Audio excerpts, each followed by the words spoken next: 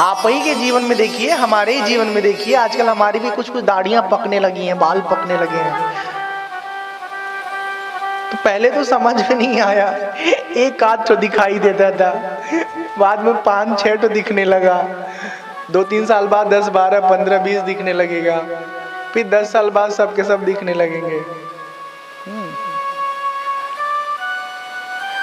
तो एक दिन अनुभूति सबको होती है कि अब हम जो है बुढ़ा गए हैं। ऐसे कोई मानने को तैयार नहीं होता है कि हम बूढ़ हो गए बाटी। सही भी वह आदमी देह से बूढ़ा होता है। बूढ़ा का मतलब क्या कि एक ऐसी देह की स्थिति जिसमें देह की जो शक्तियां हैं, जो देह में सामर्थ्य है, वो उतनी नहीं रह गई जितनी कि जवानी में रहती थी। आदमी का शरीर मोटरसाइकिल की तरह होता है, चलता जाता है आदमी, चलता जाता है, टायर खियाता जाता है, फिर एक दिन पंचर हो जाता है। एक पंचर हुआ, क्या बाल पक गया, दूसरा पंचर हुआ, काम सुनाई कम देने लगा, तीसरा पंचर हुआ, 50 शुगर हो गया, ब्लड प्रेशर हो गया, दुनिया भर का झमेला हो गया। और आदमी फिर हर हफ्ता पंचर के दुकानी पे खड़ा रहता है, डॉक्टर साहब जरा पंचर ठीक कर दीजिए। तो शरीर बूढ़ा होता है, शरीर में ह्रास आता है, शरीर की क्षमताएं क्षीण होती हैं। लेकिन शरीर के अंदर जो बैठा हुआ शरीरी है ना, मतलब देह का स्वामी, देह का मालिक, वो कभी बूढ़ा नहीं होता, वो कभी पुराना नहीं होता, वो नित्य नवीन हमेशा जवान रहता है। आत्मा का कभी भी नाश नहीं होता, उसका कभी ह्रास नहीं होता, जैसे का तैसा हमेशा बना रहता है। तो देह के आधार पर दशरथ जी विचार कर रहे हैं कि अब मेरी उम्र अधिक हो चुकी है। श्रवण समीप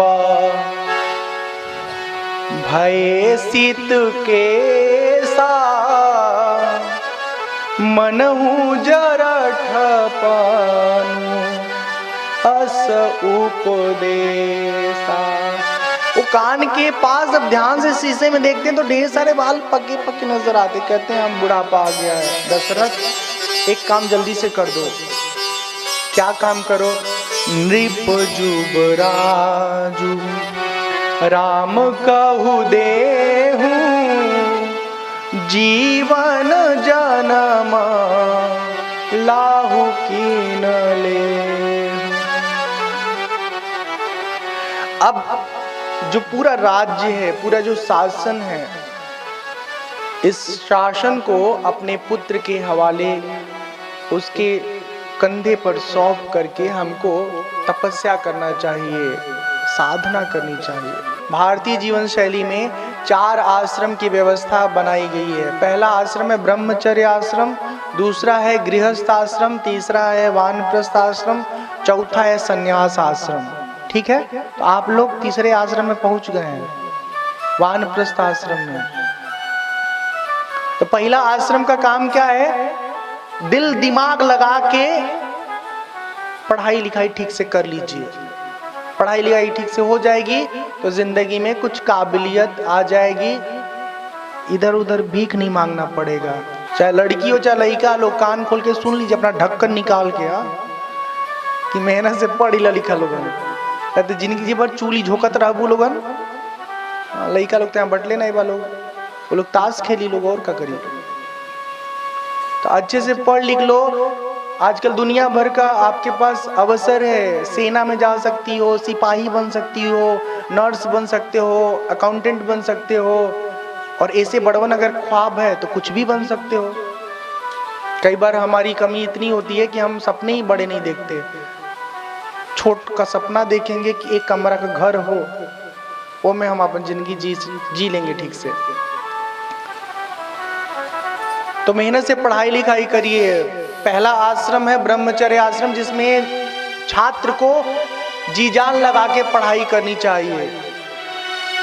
अपने गांव में देख लेना, जो लोग दिल लगा के पढ़े, पूरे रिश्तेदारी में भी देख लीजिएगा, वो आज कुछ लायक हैं। और जो नहीं पढ़े लिखे मटर गश्ती करते रहे वो घर पे मेहरारू के कपारे पर बोझा बनल बाटे।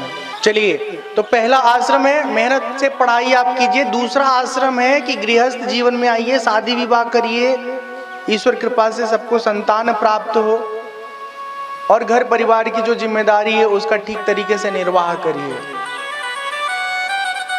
अब जब सब कुछ हो गया, लड़के बड़े हो गए, नौकरी लाग गई, पढ़ी लिख लेने, अपने पैरे पे चले लगले, उनका बियाह हो गए, उनके लड़के हो गए, तो माई दादा का काम है कि घर के झमेला से अपने आप के निकाल के और चुपचाप भगवान के भजन में लग जा। आटा पिसाई कि नहीं पिसाई हमार काम नहीं है, जेके खाए बहु पिसावे। हाँ, जिंदगी भर अटवे पिसाई, जिंदगी भर रोटिए बनाई। कब तक? जब तू छोट रहा था तो के सब काम कैली, अब बड़ हो गई तब हमारी कुछ काम कर, है कि नहीं है? तो गृहस्थ आश्रम से निकल करके व्यक्ति को तपस्वी की भांति अपने ही घर में, कहीं जंगल में जाने की जरूरत नहीं है। प्राचीन काल में जंगल में जाते थे, लेकिन अभी जंगल में जाने की जरूरत नहीं, क्योंकि जंगल कहीं बचा ही नहीं है। सब काट काट के लकड़ी को बेच दे रहे हैं लोग, घर बना दे रहे हैं। इसलिए जंगल में मत जाइए, अपने घर में ही रहिए। और जब आपकी तपस्या का जो स्वभाव है, तपस्वी स्वभाव, जब वो सिद्ध हो जाए तो सब कुछ छोड़ करके संन्यास लेके पूरी तरह परमात्मा में लग जाइए, परमात्मा के अनुभव के लिए, परमात्मा के साक्षात्कार के लिए। तो ये आश्रम व्यवस्था है। अब जो दशरथ जी हैं वो तीसरे पन में हैं। तीसरा पन भी एक तरह से खत्म हो गया उनका। चौथा पन मतलब संन्यास वाले समय में उनको लड़का हुआ था। चौथे पन पायो सुतचारी, विप्र वचन नहीं कहती बिचारी। जब विश्वामित्र जी आते हैं मांगने के लिए तो खुद संकेत देते कि हमको बहुत दिन बाद पुत्र सुख प्राप्त हुआ। तो कहते हैं अब बहुत दिन हो गया, अब राजा बना करके राम को हम मुक्त हो जाएंगे इस तमाम जिम्मेदारियों से। जाते हैं अपने गुरुदेव के पास और उनको समाचार प्रदान करते हैं, उनसे पूछते हैं कि हमारे मन में ये विचार है, आपकी क्या आज्ञा है। मुनि प्रसन्न लखि सहजा सनेहु, कहेहु नरेश रजाय सुदेहु। राजन राउर नाम जसु, सब अभिमत दातार। फल अनुगामी महिपमनि, मन अभिलाष तुम्हार। नाथ राम करियहि जुबराजू, कहिया कृपा करिया समाजू।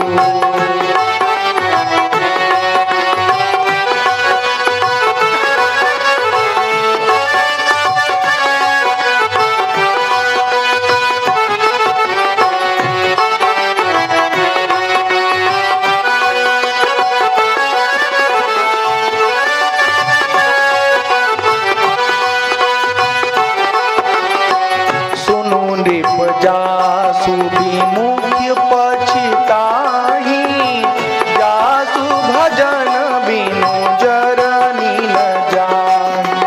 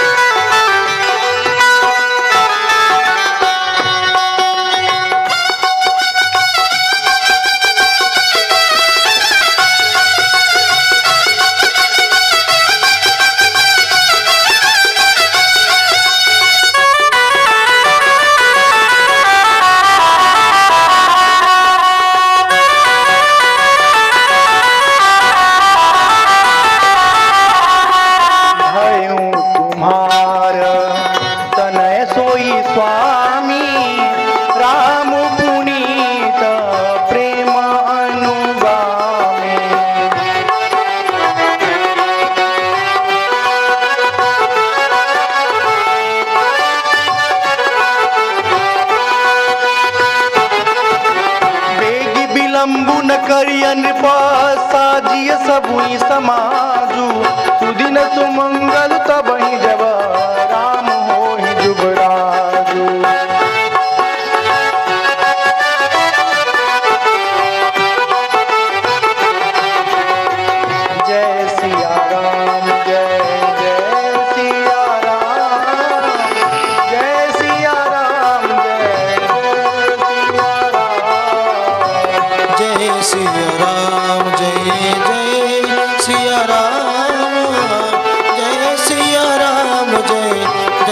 सिया राम, जय सिया राम, जय सिया राम, जय सिया राम, जय सिया राम। जय सिया राम, जय सिया राम, जय सिया राम, जय जय सिया राम, जय जय सिया राम, जय जय सिया राम।